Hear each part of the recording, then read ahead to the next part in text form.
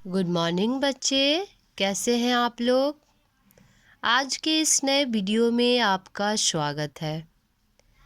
जैसा कि हम लोग कल के वीडियो में संज्ञा, विकारी शब्द संज्ञा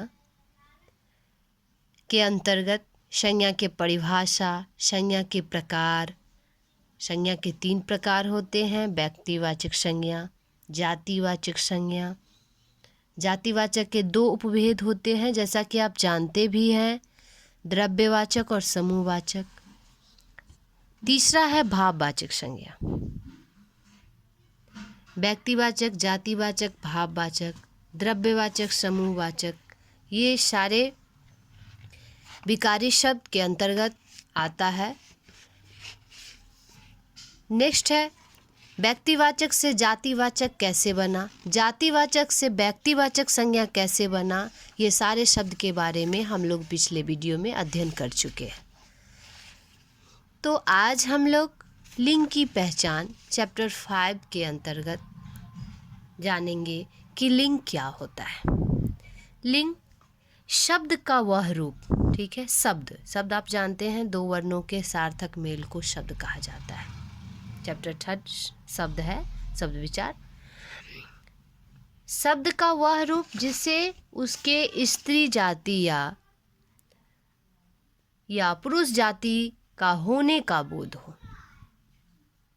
जिससे स्त्री जाति या पुरुष जाति होने का बोध हो, लिंग कहलाता है, ठीक है। शब्द का वह रूप जिससे उसके स्त्री जाति या पुरुष जाति होने का बोध हो, उसे लिंग कहा जाता है, ठीक है। लिंग का शाब्दिक अर्थ होता है, लिंग का शाब्दिक अर्थ होता है पहचान का चिन्ह, ठीक है। लिंग का शाब्दिक अर्थ क्या होता है? पहचान का चिन्ह।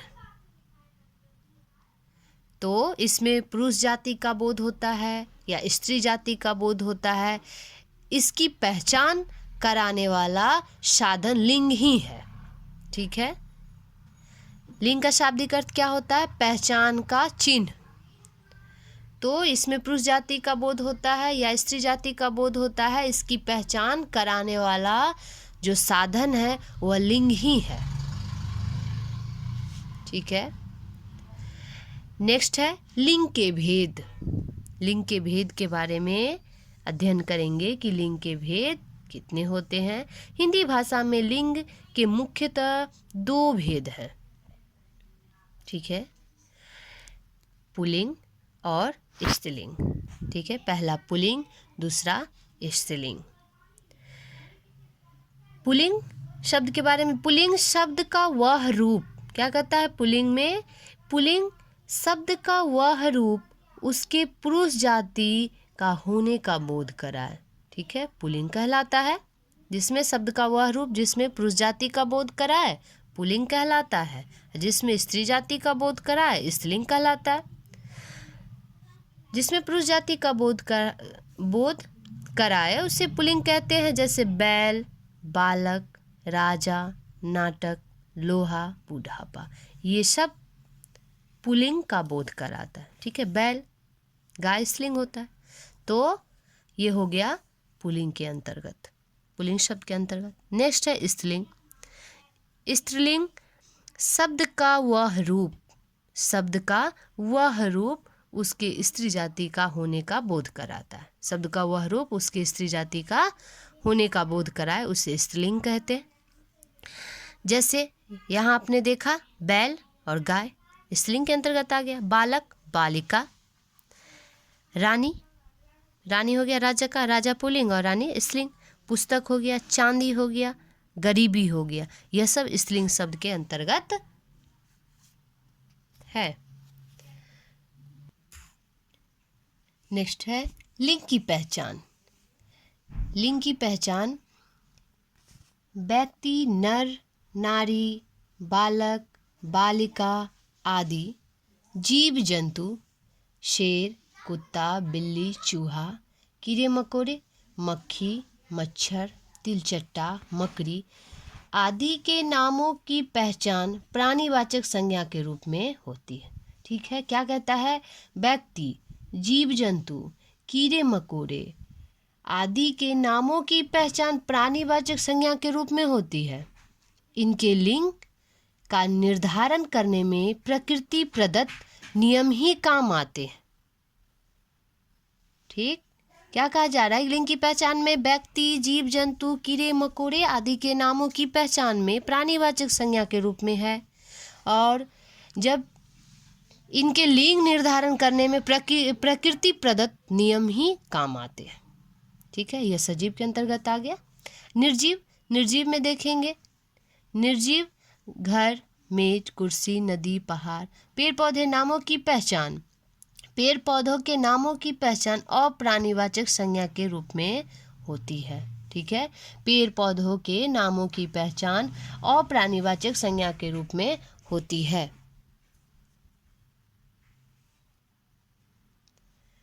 इसी प्रकार भावों के नाम, समूहों के नाम, शरीरों के अंगों के नाम, तिथियों, डेट व दिनों के नाम, नक्षत्रों के नाम, भाषाओं या लिपियों के नाम भी व्याकरण की दृष्टि से अप्राणीवाचक संज्ञा के अंतर्गत आते हैं। अब इसमें जानेंगे कि अप्राणीवाचक संज्ञाओं के लिंग की पहचान कुछ निर्धारित सामान्य नियम अथवा वाक्य में इनके प्रयोग के आधार पर की जा सकती है। ठीक है, तो आपने जाना लिंग की पहचान में कि व्यक्ति, जीव जंतु, कीड़े मकोड़े आदि नाम अप्राणीवाचक संज्ञा के प्राणीवाचक संज्ञा के अंतर्गत आते हैं, और इसका लिंग निर्धारण करने में प्रकृति प्रदत्त नियम काम आते हैं।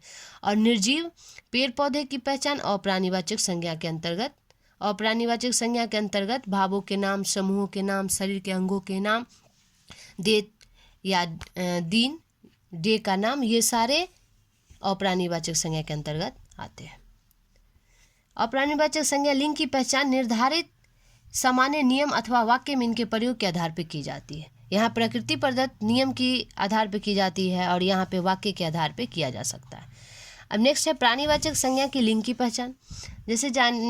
जैसे नर जाति के प्राणीवाचक शब्द पुल्लिंग होते हैं, नर जाति के प्राणीवाचक शब्द पुल्लिंग होते हैं, जैसे बेटा, बालक, शिक्षक, राजा, नौकर, कुत्ता, शेर, चूहा, मोर, सियार, यह सब नर जाति के प्राणीवाचक शब्द पुल्लिंग होते हैं। ठीक है, नर जाति है नर।